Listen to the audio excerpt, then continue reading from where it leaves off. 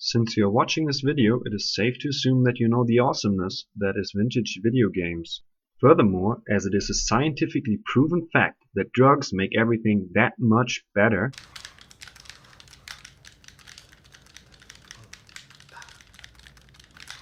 You got skills. there can be no doubt that there is no superior way to waste your time than a combination of the two. So, for the purpose of this video, I will be drinking heavily, and the drink of choice this time will be Bunnahavn, a 12-year-old single malt that is especially well suited for dungeon crawling. For my first ever review, I can think of no game more suitable than this little gem.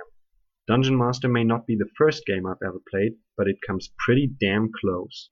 Unlike the shit you buy today, Dungen Master comes in a box. What a box it is!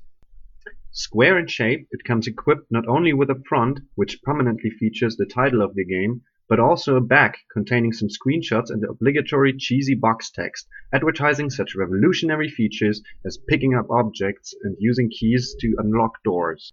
The cover art was drawn by David Darrow, who simply asked one of the programmers, a guy from the gym, and his wife to be his models.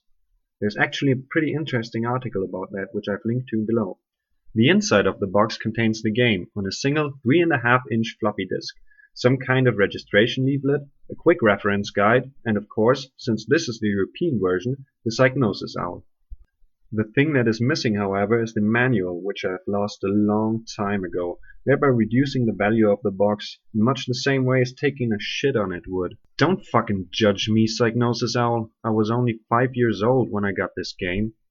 Dungen Master was originally developed for the Atari ST in 1987 and became the system's best-selling title of all time, with over 40,000 copies sold.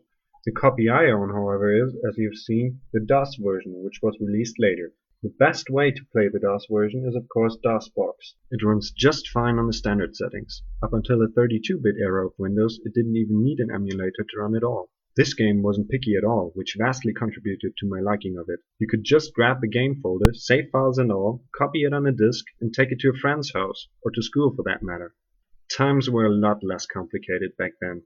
Upon starting the game, you are greeted by the Faster Than Light logo, the Dungeon Master title, and then the gate of the dungeon you're about to enter.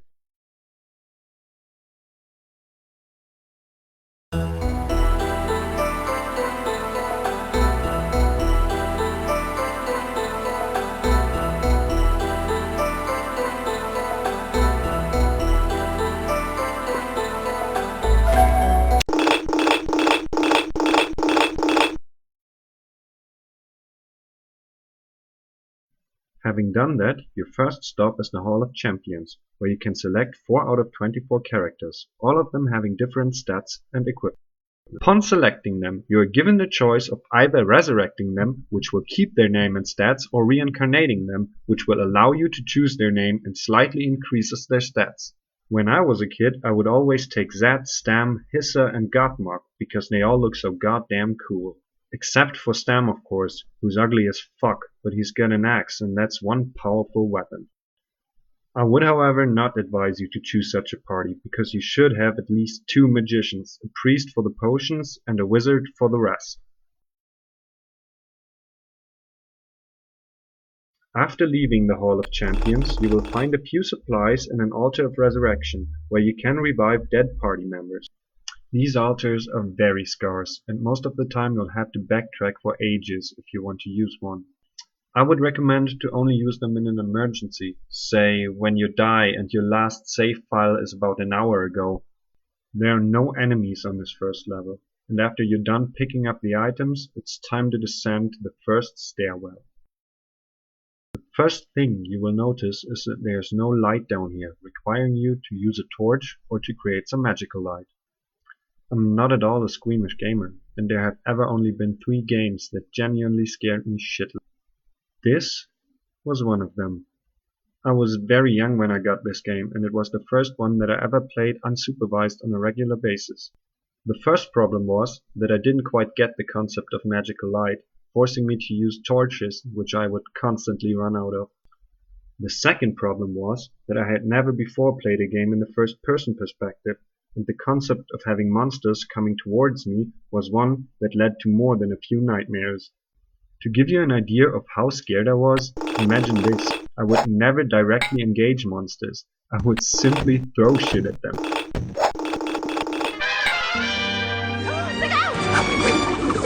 Oh! That really hurt! I'm gonna have a lump there, you idiot! Who throws a shoe? Honestly.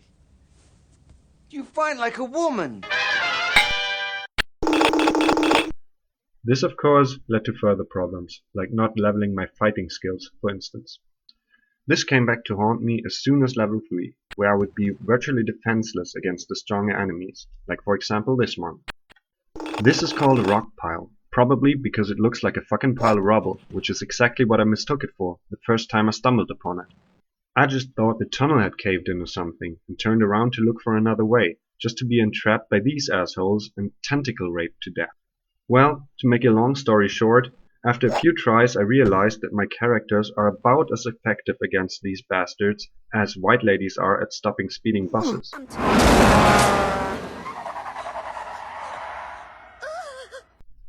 So I tried to outsmart the game. I thought to myself, I've fallen down chasms before, and it was always really hurtful, sometimes even deadly. Let's drop those bitches.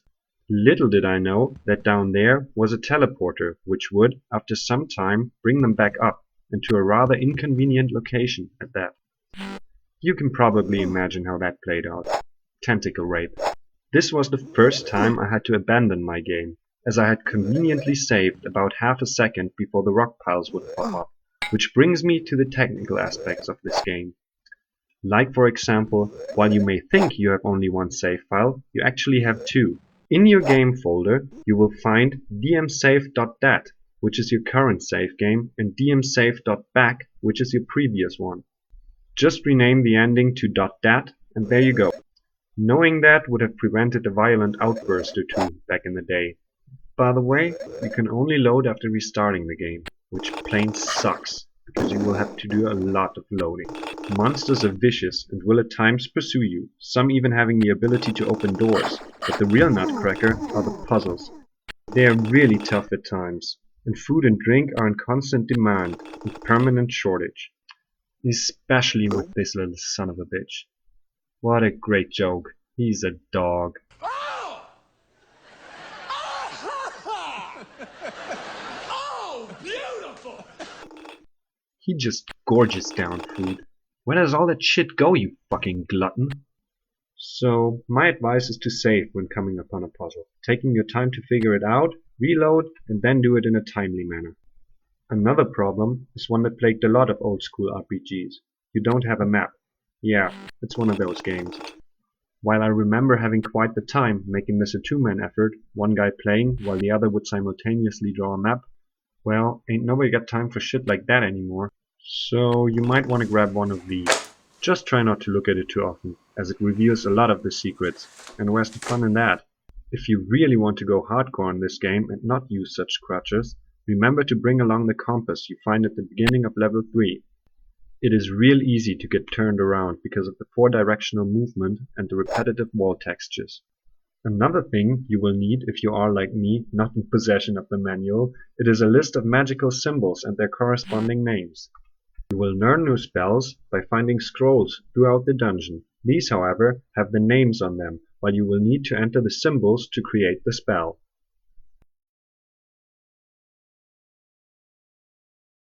The first symbol always regulates the strength of the spell, while the others make up the effect.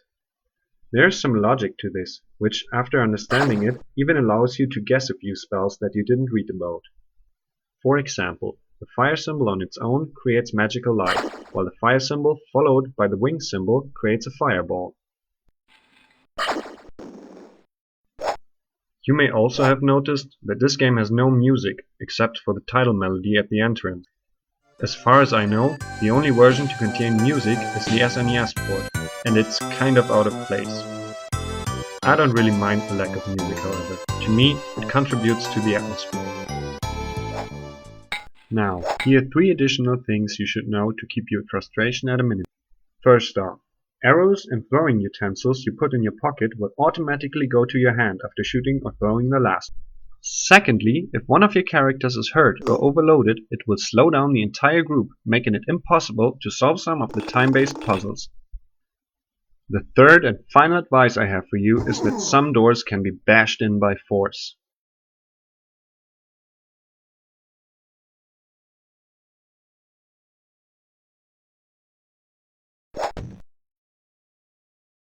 There is, of course, a whole lot more technical stuff about how your stats work and how hidden stats like luck influence the game, but I really am no expert at that. Hell, I'm a mediocre RPG player at best.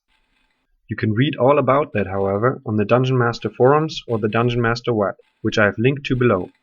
You can also find a whole bunch of other cool stuff there, like map editors and remakes.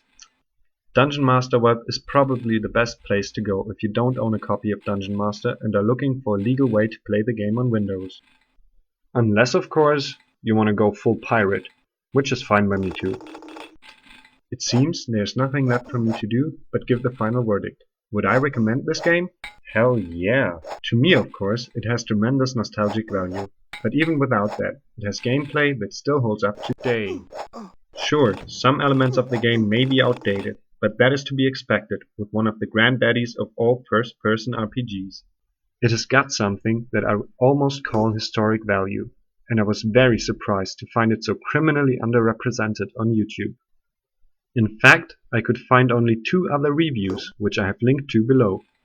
In conclusion, I would say that Dungeon Master is one of the most notable dungeon crawlers of its time. It even spawned a successor, which I equally loved, but this is a story for another video.